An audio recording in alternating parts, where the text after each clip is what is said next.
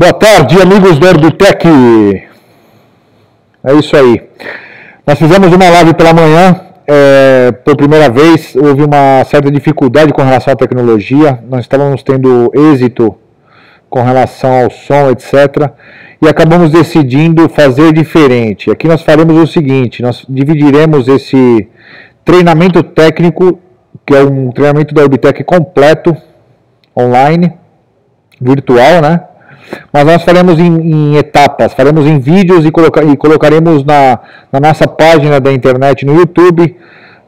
Quem quiser se inscrever na nossa página é Orbitec Group, em inglês, Orbitec Group. E ali você terá o treinamento completo.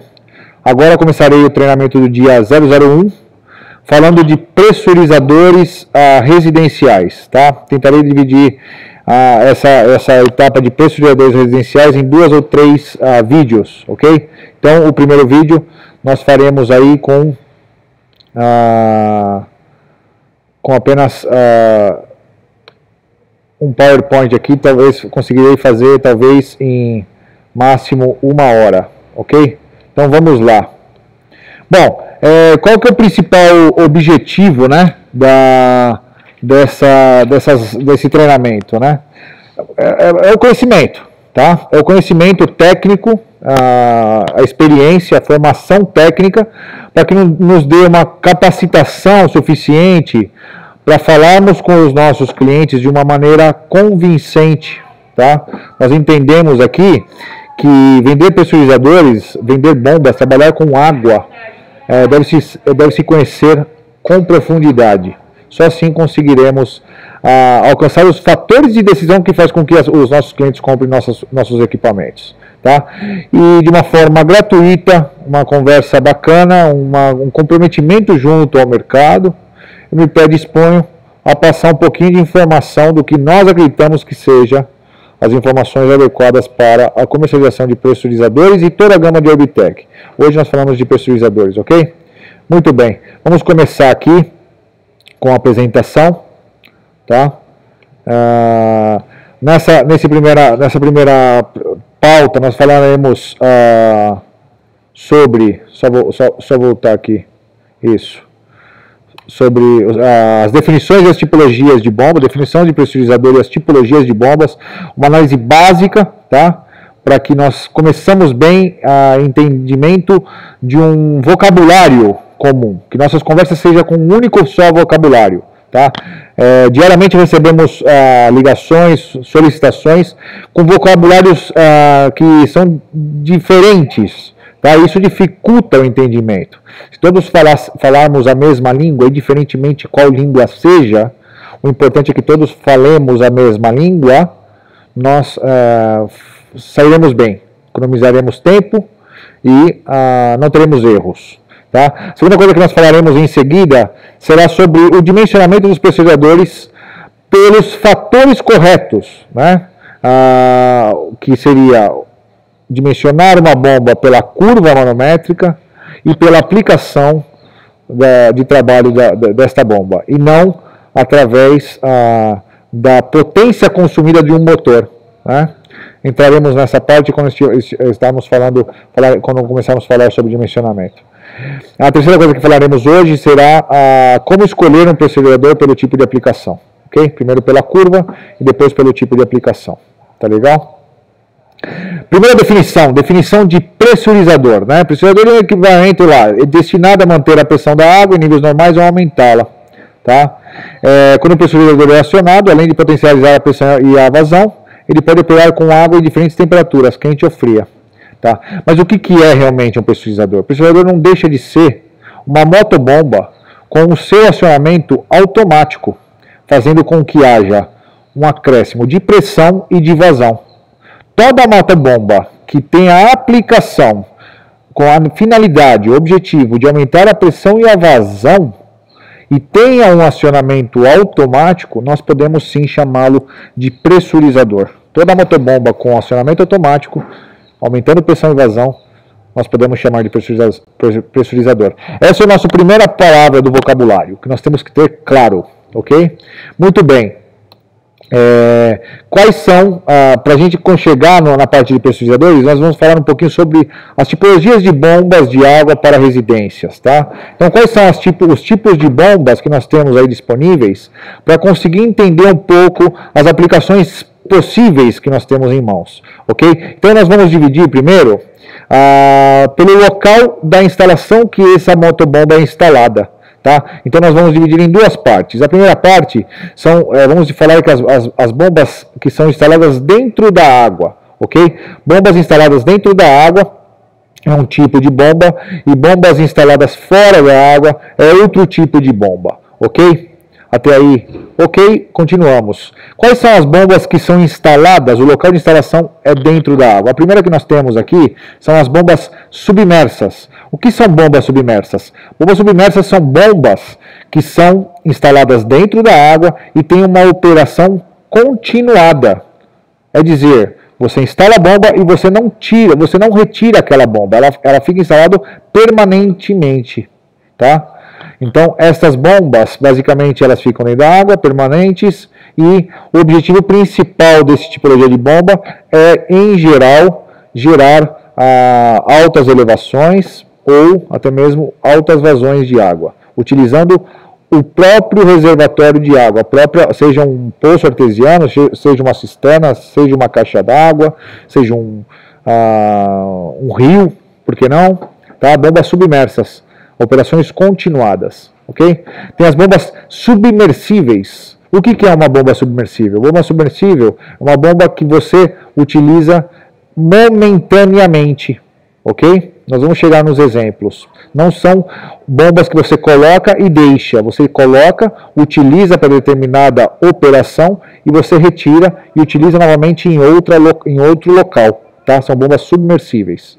Muito bem. Que tipos de bombas submersas nós temos? Nós temos as bombas vibratórias, tá? Que são utilizadas para movimentação de água de um ponto A para B com uma determinada pressão, determinada vazão, mas geralmente são utilizadas aí com específicas funções, tá? Nós temos as bombas submersas palito, são bombas geralmente utilizadas em poço artesiano, tá? Para sucção ou impulsão de água água subterrânea, tá? E com opções aí de elevações de até 100, 200, até 300 metros, como não, de elevação dessa coluna manométrica. Essas bombas geralmente elas são divididas em duas partes. Se você tem uma parte que é o motor elétrico, geralmente fica na parte de baixo, conectada, né, a uma parte hidráulica. E essa parte hidráulica geralmente tem rotores somando aí, aumentando gradativamente as pressões dessa bomba. Então, são chamadas bombas submersas palito, ok? Nós temos as bombas submersas monobloco, basicamente a mesma função, porém o motor e a parte hidráulica está no mesmo corpo, né? Isso é uma característica de bomba, tá?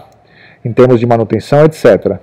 Essas bombas também são utilizadas aí de uma maneira submersa à água, ok? Na parte de bombas submersíveis, bombas temporárias, nós temos as bombas de drenagem, por exemplo, drenagem de um reservatório, de uma casa de máquinas, de uma garagem, né? Emergenciais, ok? Para águas limpas e para águas sujas, né? Fossos, etc. Então você tem bombas aí, água suja basicamente são bombas que têm a capacidade de passar sólidos em suspensão, não são limpas. O fluido não é limpo, ele tem sólidos em suspensão na água, a sujeira, etc. Tá?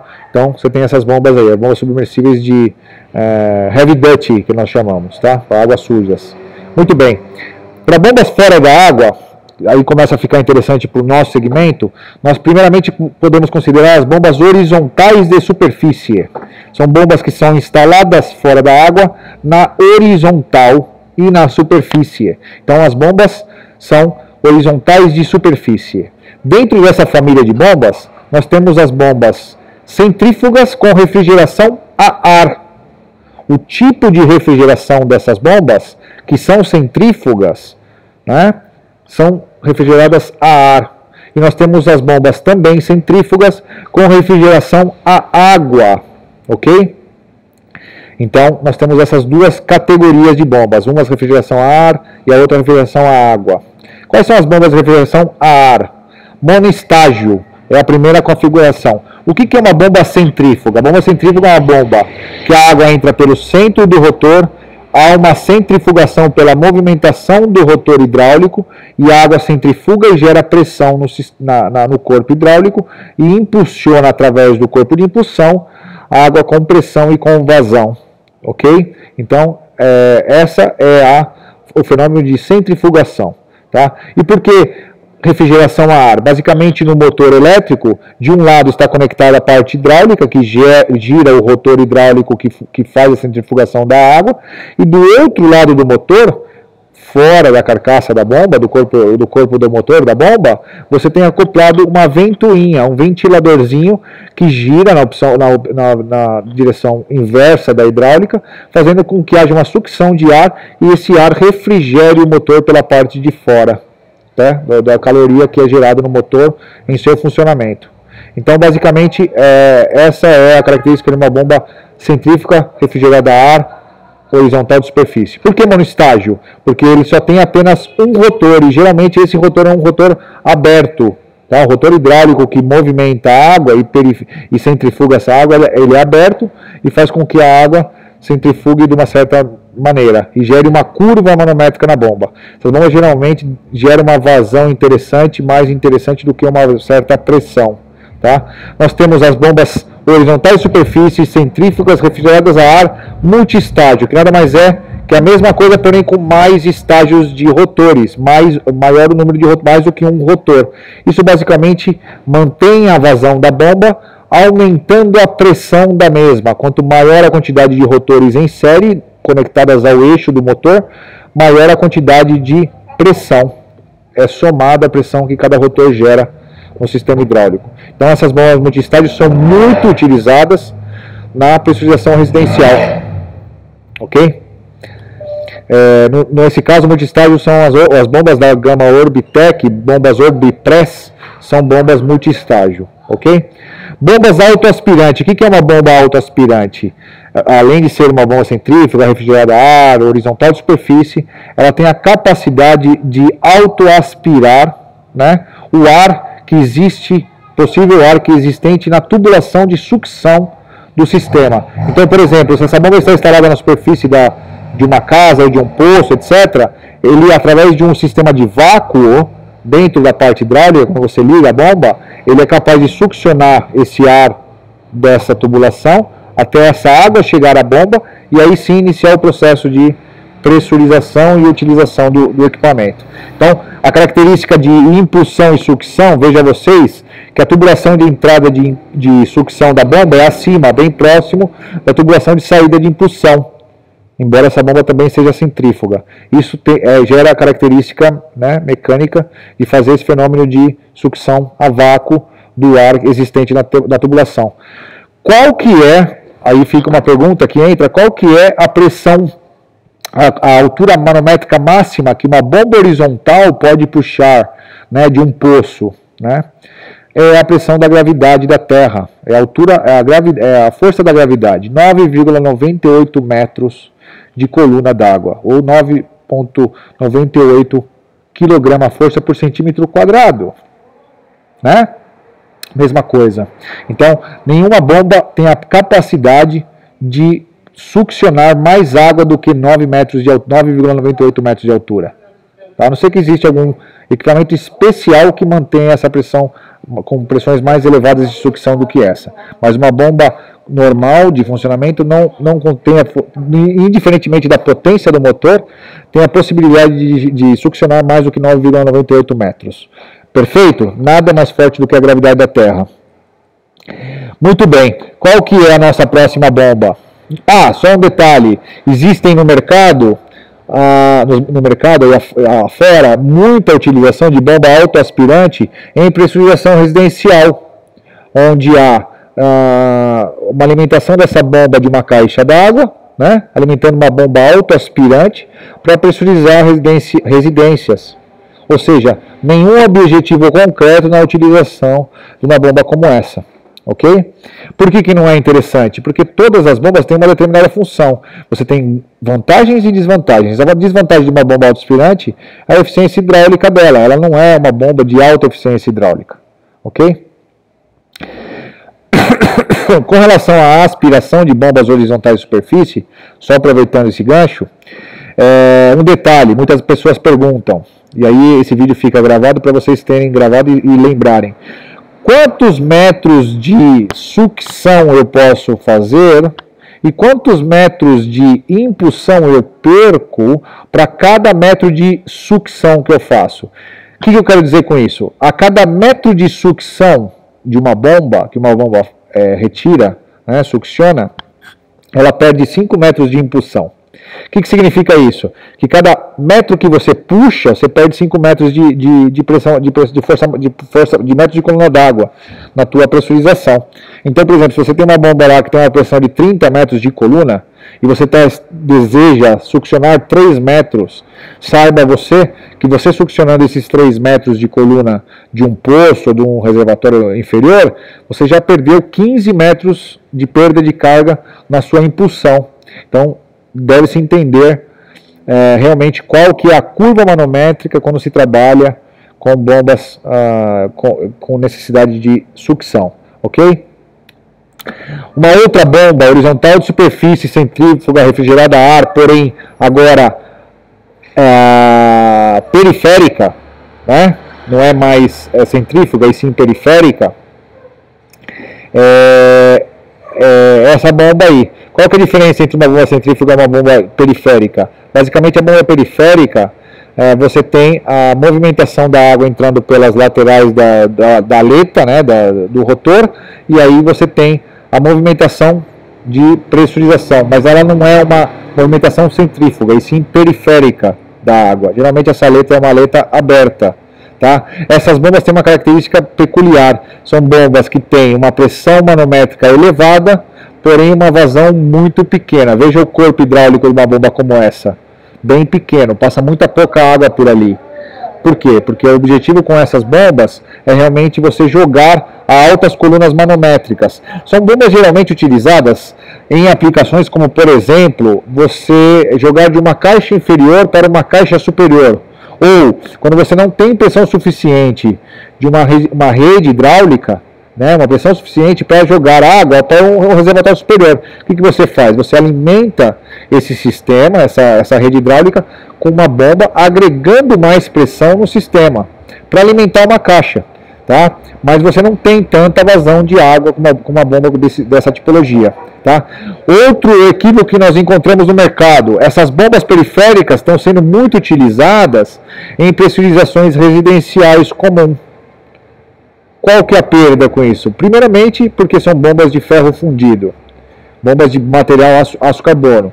Isso faz com que haja uma oxidação, uma degradação rápida, né, do equipamento em concreto, e sejam bombas de curto prazo de vida. Segundo motivo, são bombas de alto ruído, né, extremamente ruidosas. Isso faz com que a utilização residencial seja inconveniente. E em terceiro lugar, são bombas que geram uma pressão elevada, porém nenhuma vazão. Ou seja, quando você abre um segundo ou um terceiro ponto de consumo, a curva manométrica dessa bomba já não funciona. A pressão cai absurdamente a partir do segundo ou terceiro ponto de consumo. Então isso não é interessante, né, para utilização de pressurização residencial. Muito bem, seguimos adiante. Uma outra bomba horizontal de superfície, centrífuga, tá? É uma bomba chamada bomba circuladora com pré-filtro. Tá? Essas bombas no mercado são chamadas de bombas de piscina. Isso é um erro. As bombas podem ser utilizadas na aplicação de filtração de piscinas. Mas elas são, na verdade, são chamadas de bombas circuladoras com pré-filtro. Por quê? Por que circuladoras? Toda bomba que a mesma água passe pela bomba mais de uma vez, isso significa que essa bomba circula essa água. Então ela pode ser chamada de uma bomba circuladora, ela tem a função de circular a água. E por que pré-filtro? Porque provavelmente na aplicação em concreto, ela tem a necessidade de filtrar impurezas antes de utilizar o sistema hidráulico. Né? Então, você tem uma bomba aí já com pré-filtro acoplado nela, tá? E aí as aplicações diversas, piscinas em concreto, muito utilizado, como você utiliza a água da própria piscina com detritos, folhas, etc., você usa uma bomba com pré-filtro para, por exemplo, utilizá-la para jogar para um sistema de aquecimento solar de piscina. Não só para jogar para um filtro de filtração de areia ou de elementos filtrantes, mas sim para aquecimento solar. Essa bomba é muito utilizada para piscifactorias, né, onde você necessita sacar de um lago, succionar a água de um lago com detritos, etc., e voltar a oxigenar essa água dentro do próprio lago, né? Imagina o mercado de piscifactoria em mercado onde há, por exemplo, peixarias, né, peixes vivos, etc. Então aí uma série de aplicações, spas, né, mesma água circulando, né, jacuzzis, etc. Jacuzzis não, né? Spas. Muito bem. Próxima bomba que nós gostaríamos de falar são as bombas horizontais de superfície, centrífugas também, mas de refrigeração de água quente, né? São as bombas de circulação quente, tá?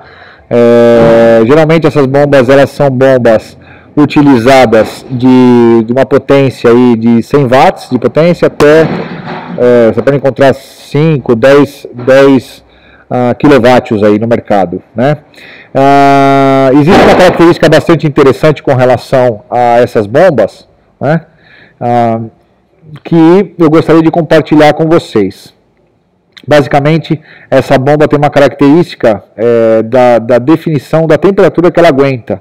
Pelo fato de a água circular mais uma vez na própria bomba, um sistema de circulação geralmente gera, né, a movimentação, a velocidade dessa água gera uma determinada temperatura no sistema. Então sempre é bom você utilizar bombas de água quente para a circulação, tá? A não ser que você tenha uma circulação controlada. Muito bem. A outra bomba que nós gostaríamos de falar é a bomba horizontal de superfície centrífuga também, circuladora de água fria. Né? Alguém é familiarizado com essa tipologia de bomba? Aqui no Brasil é bastante comum a utilização de bombas circuladoras de água fria como pressurizadores. Olha que bacana. Eu vou contar uma história pessoal para vocês. Eu vou contar uma história, vale a pena. Eu morei 9 anos na China, né? Tenho uma visão determinada sobre aquele país. Esses 9 anos foram 9 anos trabalhando com bombas de pressurização. Além, a história toda se resume em 17 anos no mercado de pressurização lá fora. Depois voltamos aqui e montamos a Orbitec, faz alguns anos. Muito bem. Quando eu volto ao Brasil, em 2013, lá para os 2014, eu encontro um posicionamento de mercado onde a utilização de bomba circuladora de água fria dominava um certo espaço, uma fatia do mercado de utilização. Aí aquilo me surpreendeu. Por que aquilo me surpreendeu? Porque aquilo era uma novidade para mim. Eu nunca havia visto uma bomba circuladora de água fria, horizontal de superfície, centrífuga, sendo utilizada comumente para pressurização residencial de altas elevações, altas a colunas manométricas. Por que isso foi estranho para mim? Veja você, eu na China, a China tem 2 inputs que eu posso explicar que devem ser levados em consideração. Gostamos ou não gostamos? Não é um momento delicado para falar de China, né? Vírus, etc. Mas eu acho que vale a pena. A China tem 2 inputs importantes. O primeiro é que a China tem o maior mercado de demanda tecnológica do mundo, ok? É um país que mais demanda tecnologia hoje em termos de diversos mercados, principalmente o de movimentação de água, né? Maior país do mundo com maior população. Imagina a quantidade de demanda tecnológica, né, de pressurizadores. Então provavelmente você tem a possibilidade de encontrar todo tipo e mais algum de pressurizador existente no globo terrestre, no mercado chinês. Então empresas do mundo inteiro sim têm interesse de comercialização de suas tecnologias em um mercado demandante como este. Muito bem. No mercado da demanda chinesa, eu nunca identifiquei e desconheço até hoje a incidência de uma bomba de circulação de água fria utilizada para a pressurização residencial. Nunca. O outro input que eu tenho sobre a China também é que a China, pelo fato de ter toda essa demanda e toda essa tela industrial para dar oferta a todo este mercado, acaba se transformando de uma maneira inércica, ou de uma certa inércia, como um dos principais fabricantes de bombas de pressurização do mundo. A China é barata? Não, a China não é barata. A China tem uma economia de escala. Eles são altamente produtivos porque eles têm uma quantidade elevada de produção. E todos sabemos que quanto mais produzimos, menor o nosso custo médio. Não existe segredo. E nem milagre. Bom, voltando ao assunto. Bombas de circulação, na China também não se produz. Se na China não se produz bombas de circulação, se produz bombas de circulação até 20 metros de coluna d'água. São as bombas de circulação da Orbitec que chamamos de bombas BPC. Tá? São bombas de baixa pressão. Mas acima dessas pressões é difícil nós encontrarmos para aplicação de pressurização residencial essa tipologia de bomba. Por quê?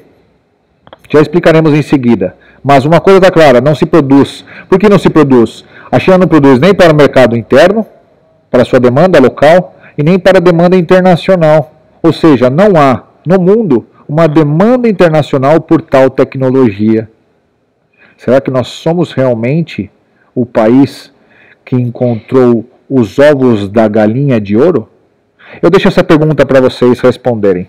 De todas as formas, tecnicamente sim que respondo, e aproveito a oportunidade, e ponho o meu posicionamento pelo qual não se fabrica e nem se consome bombas de mancal molhado, ou seja, circuladoras, né, de água fria, onde há circulação de água dentro da carcaça da própria bomba, para pressurização residencial. Bombas horizontais de superfície centrífuga refrigeração a ar tem três vantagens importantes, tem diversas, mas três vantagens que vale a pena ressaltar. A primeira é a eficiência energética, ok? Você consome muita pouca energia para ter uma curva energética, uma curva manométrica bastante interessante. A segunda é a característica produtiva, é relativamente barato e econômico a sua produção. E terceiro, a sua manutenção, de baixa manutenção. Tá? Então você tem eficiência energética, custo produtivo e custo de manutenção como vantagens. A vantagem de uma bomba de refrigeração a água tem uma vantagem bastante importante. O ruído da bomba é bacana, ele é bem baixo. O índice de ruído é elevado, né? O índice de silêncio é elevado, o índice de ruído é muito baixo. Por quê? Porque é uma bomba com refrigeração à água, e a água, como em uma bomba submersa, você tem a possibilidade de absorver esse ruído através da circulação de água dentro do próprio mancal molhado da bomba. Tá? Essa é a vantagem. E a desvantagem? A desvantagem é que, primeiro, é uma bomba extremamente ineficiente em termos de potência e curva. Você consome muito mais energia do que você consome em uma bomba centrífuga para executar a mesma curva manométrica. E segundo, que é uma bomba extremamente cara de fabricação, uma bomba extremamente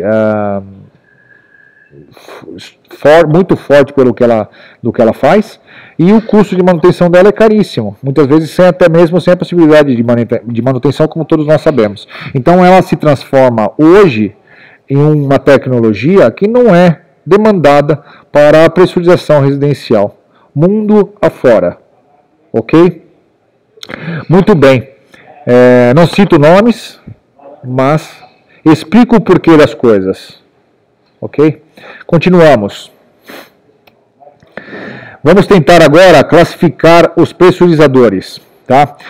Nós temos continuamente perguntas de nossos revendedores, potenciais clientes, diariamente, mais do que uma vez por dia, bastante vezes ao dia, perguntas sobre dimensionamento de bombas, que é comum, faz parte do nosso negócio.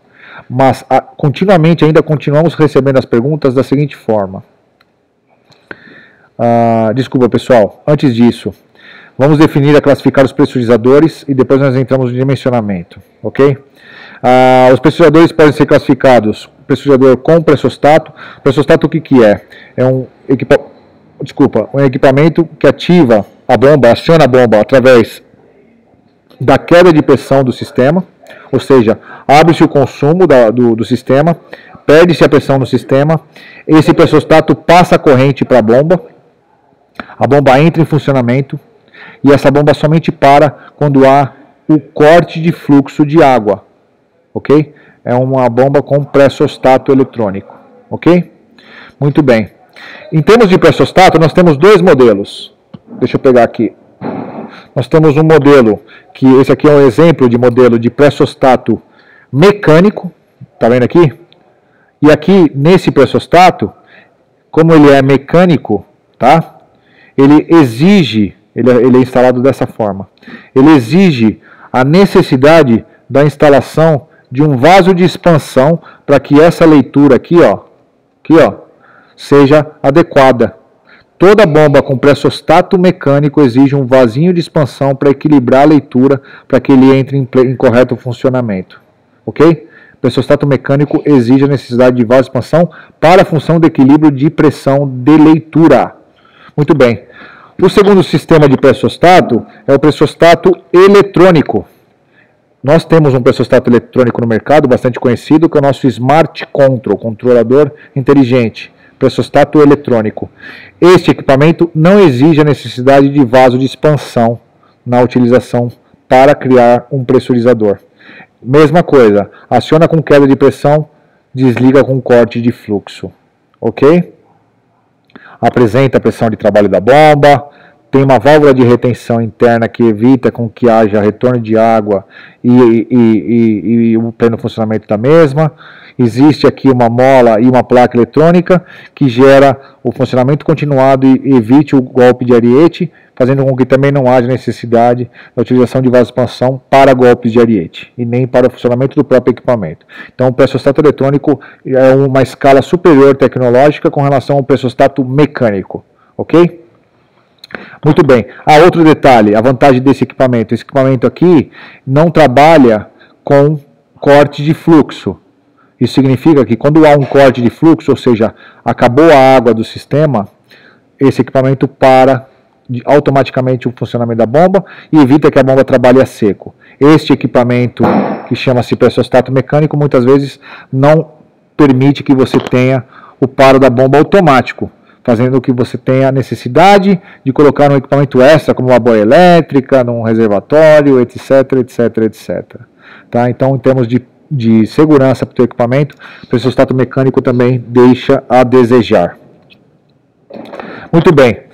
A segunda forma de você acionar um pressurizador é através de um fluxostato. Ok? Fluxostato basicamente é um dispositivo que, através de fluxo, a bomba recebe corrente elétrica, né? E ela entra em funcionamento e pressuriza. Tá? Então, existe sim a necessidade de passagem de fluxo de água nesse equipamento, para que haja uma passagem de corrente elétrica para o equipamento bomba, motobomba, e esse sistema entra em funcionamento. Quando há o corte de fluxo, corta-se a energia elétrica desse dispositivo e a bomba deixa de funcionar. É assim que funciona. Esse equipamento é utilizado, fluxostato utilizado em pressurizações somente quando há fluxo de água por gravidade natural, ou seja, de cima para baixo. Jamais eu consigo utilizar um fluxostato quando eu preciso pressurizar com a bomba embaixo e o ponto de consumo acima da bomba, ok? Ou acima da coluna manométrica estática do reservatório. O pressostato eletrônico já mantém a rede pressurizada e te permite você trabalhar tanto da pressurização de cima para baixo, como da pressurização de baixo para cima, ok? Essa é uma outra vantagem com relação ao fluxostato. Geralmente o fluxostato é utilizado em específicas situações onde você não mantém a rede pressurizada, onde não há permissão, não há possibilidade de você manter a rede pressurizada. Legal? A terceira forma de você acionar automaticamente uma bomba e fazer com que essa bomba se chame pressurizador é através de um inversor de frequência. Inversor de frequência, basicamente, é tudo isso que nós vimos, pressostato, fluxostato, etc., mas com mais complexidade tecnológica. Basicamente o que ele faz é um software, um hardware e software ali dentro, que faz com que haja uma modificação modular da velocidade do motor. através da alteração da frequência de alimentação da bomba. Nós temos uma frequência de alimentação da nossa rede de 60 Hz, né, aqui no Brasil, e aí nós trabalhamos nesse rango entre 60 e menos. Né, e aí conseguimos variar a onda solenoidal de entrada de frequência e, obviamente, nós reduzimos ou aumentamos a velocidade de rotação por minuto. As rotações, diminuímos ou aumentamos as rotações por minuto do motor. Isso faz com que haja um controle da pressão, da curva hidráulica do nosso equipamento lá na frente, que é a parte hidráulica. Então, basicamente, vou desenhar aqui para vocês aqui atrás, vamos ver se vocês conseguem enxergar. Deixa eu voltar aqui, só para vocês verem aqui, ó. Vou desenhar. Aqui você tem a curva manométrica da bomba, né? Nesse gráfico você tem pressão, nesse gráfico você tem vazão, tá? E toda bomba, ó, tem essa curva manométrica, ok? Toda bomba, essa é a identidade.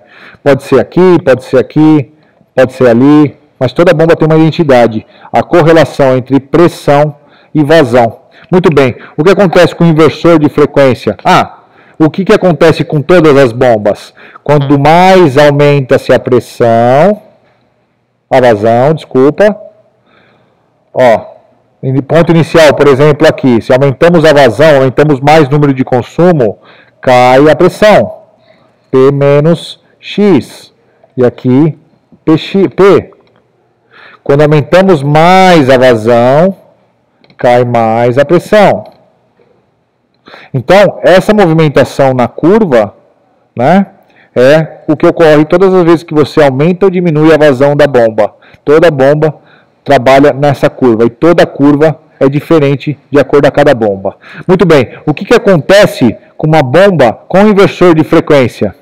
Basicamente, você mexe com a velocidade do motor da bomba e a bomba, você consegue ter um controle, né,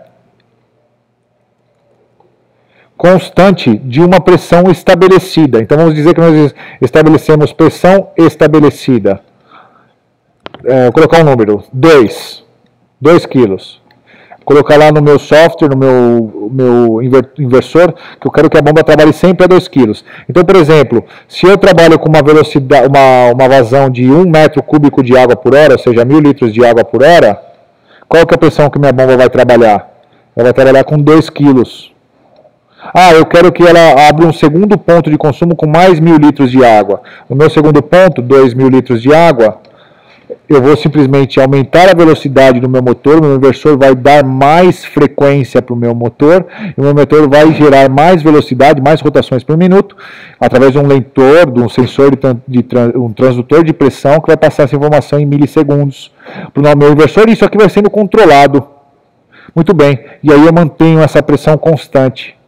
E assim por diante. Se eu aumento a velocidade do motor, e a pressão da minha bomba continua constante.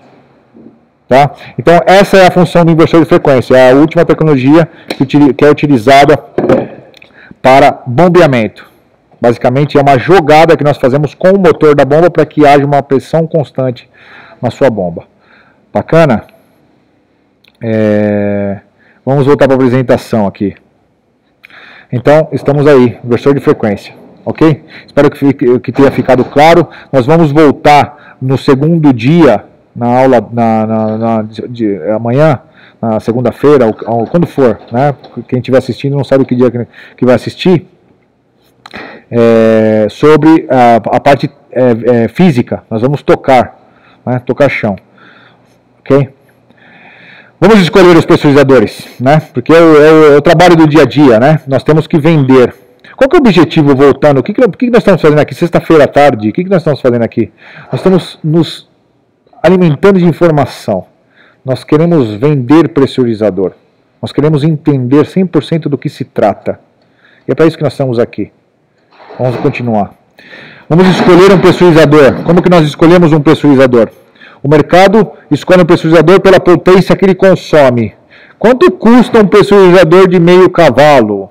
Né? Essa pergunta é bastante comum, principalmente em mercados como o do Brasil. É assim que nós compramos um veículo? O mercado de veículos já se sofisticou um pouco mais. Existe um conhecimento um pouquinho maior por parte do consumidor e até mesmo por parte dos revendedores e toda a cadeia de suministro. Por que não se vende um carro por quantos litros de gasolina ele consome por quilômetro? Porque não tem nenhum sentido. Existem outros fatores de decisão que fazem com que haja perguntas mais inteligentes do que qual a potência do motor da bomba, quanto custa. Tá? Então, como que é o estudo? Como que é a maneira de se raciocinar? A primeira coisa que nós temos, olha lá, pergunta, quanto custa a bomba de meio cavalo? Por que essa pergunta não tem sentido? Porque não adianta falar, né? Talvez se você for na igreja, o padre fala e você aceita e você não pergunta o porquê. Né? E nós não somos assim, nós explicamos o porquê não. Por que não se vende bomba ou não se compra bomba, né, pela potência que ela consome. Aqui nós temos um gráfico com 5 bombas distintas. Não sei se vocês conseguem ver. Todas elas consomem meio cavalo, ou 370 watts de potência, 350 watts de potência. 70% em cavalo, em potência, em quilowatt-hora. Ok? Todas elas têm a mesma potência de consumo. A bomba 1 aqui, ó, ela tem uma pressão máxima de 20 metros quase e uma vazão máxima de 4 metros cúbicos por hora no eixo Y aqui embaixo. Aqui é vazão e aqui na pressão é vertical, é pressão. A outra bomba, a mais alta ali, ó, ela joga a 38 metros de coluna e ela joga 4 metros de metros cúbicos de água por hora. Tá vendo que ela é um pouco mais forte em eficiência energética? Olha a curva da bomba preta. Ela joga 35 metros de coluna máximo e 5 metros cúbicos de água por hora. Ela consome a mesma quantidade de energia, só que ela tem uma curva manométrica maior. Ó, essa curva dela aqui, ó, é maior. Ela joga mais água e mais pressão, com a mesma potência consumida. E tem uma outra bomba azul, que vocês estão vendo azul escuro aqui, ó, que ela joga a máxima pressão 25 MCAs e máxima vazão 6 metros cúbicos de água por hora. Quais são as perguntas que nós fazemos para dimensionamento de uma bomba? Primeiro, quantos pontos de ducha existem? Quando nós estamos falando de residência, né, um pressurizador residencial, nós podemos considerar, muitas fabricantes concorrentes consideram, ou até mesmo na aula de mecânica de fluidos, professor Coqueto, né, USP e Unesp, me acordo muito bem, se considerava perdas de carga, se considerava cotovelos, se considerava torneiras, lavatórios, etc, etc, etc. Eu não preciso de pressão em uma torneira da residência. Eu preciso de pressão em um ponto de ducha, que é onde eu quero ter pressão de conforto. Então, se nós conseguirmos simplificar a vida de quem dimensiona a bomba de pressurização residencial, que não é um bicho de 7 cabeças, será melhor para todo mundo. O importante aqui é que nós entendamos o conceito, e essa é uma visão da Orbitec. Tá? A visão da Orbitec é o seguinte: nós não consideramos pontos de torneiras e nem de pias, nós somente consideramos ponto de duchas, salvo algumas exceções, ok? Onde na tua aplicação somente limitará duchas, torneiras. Aí sim, né? Aí não tem o que fazer. Mas em uma residência onde o teu objetivo é aumentar a pressão de consumo, aumentar a pressão do teu banho, etc, etc, nós consideramos a pressão da ducha. E cada ducha, qual vazão mais ou menos ela vai ter. Com isso é simples. Nesse caso, por exemplo, nós temos 5 duchas, um exemplo, que consome 15 litros de água por minuto. 15 litros de água por minuto são 900 litros de água por hora, que são 4.500 litros de água por hora, somando as 5 duchas ao mesmo tempo. Neste gráfico que nós temos dessas 5 duchas, 4,5 metros cúbicos de água, e nós entendemos que a pressão de conforto de um banho de conforto em uma residência deveria ser entre 1 kg e 1,5 kg de pressão, entre 10 e 15 MCAs. Veja onde você tem a plotagem deste ponto de consumo. Considerando que a abertura dos 5 pontos de ducha ao mesmo tempo de 15 litros por minuto, nós teremos um consumo de 4.500 litros de água por hora, com 15 metros de coluna. Olha o nosso ponto de curva. Dessas 5 bombas, que todas elas consomem meio cavalo, na hora que nós estamos comprando, qual que é a bomba, a única bomba que atende corretamente essas 5 duchas funcionando ao mesmo tempo? A única bomba que realmente atende é a bomba de curva de cor azul escuro. Conseguimos entender o porquê não podemos comprar uma bomba pela potência que ela consome? O mais caro de tudo não é o produto. O mais caro de tudo é o retrabalho e a tua reputação. Vamos criar reputação. A nossa reputação é criada com o nosso conhecimento. Se nós sabemos o que nós estamos fazendo, nós não erramos. Estamos aqui para isso. Importantíssimo. Dimensionamento de bomba. A primeira característica de dimensionamento, pela quantidade de vazão e de pressão. Curva manométrica de uma bomba. A segunda questão que nós temos que considerar na escolha de um pressurizador é a aplicação do equipamento. Ok? Aplicação. Por exemplo, se eu for utilizar uma bomba de pressurização residencial, onde tenho a necessidade da utilização de pressurização de um reservatório térmico de aço inoxidável, todos sabemos, ou se não, deveríamos saber, que é incompatível a utilização de bombas de ferro fundido. O ferro fundido, ele gera oxidação. A oxidação é um elemento contaminante. O elemento contaminante, todos sabemos, ou deveríamos saber, é um dos 3 fatores. E agora não é professor Coqueto, agora é professor Zé Lourenço. Saudações. Todos sabemos que o aço inoxidável, ele sim é oxidável quando há, por exemplo, alguns tipos de oxidação de aço inoxidável, é a nossa famosa oxidação por pitch. O que é oxidação por pitch? É a soma de 3 fatores: pressão, vazão e elemento contaminante. Com determinados fatores nesses 3 componentes, juntos e 100% os 3, nós temos a inicialização da oxidação de aço inoxidável.